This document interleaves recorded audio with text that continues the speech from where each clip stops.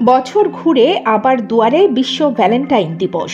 দিবসটি নিয়ে বেশি মাতামাতি না করার আহ্বান জানিয়ে ফেসবুকে একটি স্ট্যাটাস দিয়েছিলেন অন্তর্বর্তীকালীন সরকারের মৎস্য ও প্রাণী সম্পদ উপদেষ্টা ফরিদা আক্তার। সেটা নিয়ে সামাজিক যোগাযোগ মাধ্যমে শুরু হয় তীব্র সমালোচনা।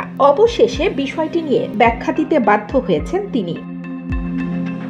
মঙ্গলবার রাতে দেওয়া এক ফেসবুক স্ট্যাটাসে ফরিদা আক্তার লেখেন, জুলাই আগস্ট শহীদ ও আহতদের প্রতি শ্রদ্ধা রেখে এবছর যেন কোনো ভ্যালেন্টাইন দিবসের তামাশা না হয়, সেই থেকে আলোচনা সমালোচনা শুরু। অনেকে ওই উপদেষ্টা ফরিদার বিপক্ষে কটাক্ষ মত দিয়েছেন, কেউ কেউ আবার তার পক্ষে মন্তব্য করেছেন।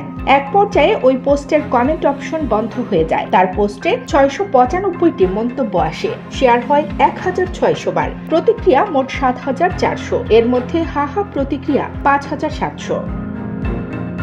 ভ্যালেন্টাইন দিবসে তামাশা না করার আহ্বান জানানোর স্ট্যাটাসের 12 ঘন্টা না যেতেই এর ব্যাখ্যা নিয়ে হাজির হয়েছেন উপদেষ্টা ফরিদা আক্তার। বুধবার সকালে একটি সংবাদ মাধ্যমকে তিনি বলেন, ভালোবাসা দিবস নিয়ে এখানে সরকারি কোনো নিষেধাজ্ঞা নেই, এটা ছিল আমাদের একটা আহ্বান। একটা শহীদ পরিবারের পক্ষ থেকে এই অনুরোধ আমাকে করা হয়েছিল এবং এটা আমি ফিল করি, আমি মন থেকে ফিল করি। ভ্যালেন্টাইন দিবস আমাদের দেশের সংস্কৃতি নয়। ভালোবাসা দিবস আপনি সারা বছর করতে পারেন। ভ্যালেন্টাইন দিবস নিয়ে আগে থেকেই অনেক সমালোচনা ছিল, এটা আমি স্ট্রংলি ফিল করি, এটা আমাদের সংস্কৃতি নয়।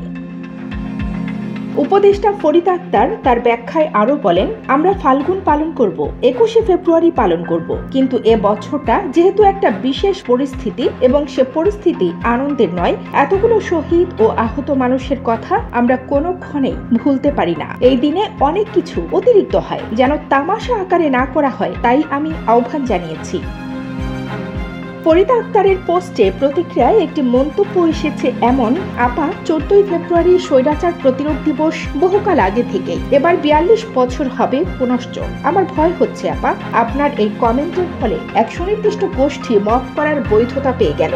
এখন কোনো মানুষ যদি তার সঙ্গীকে নিয়ে এই দিবসে ভালোবাসা হিসেবে উদযাপিত করতে চায়, তাকে জুলাই গণ অভ্যুত্থান বিরোধী বলে পেটানোর ঘটনা ঘটলে সেই দায়টা কে নিবে?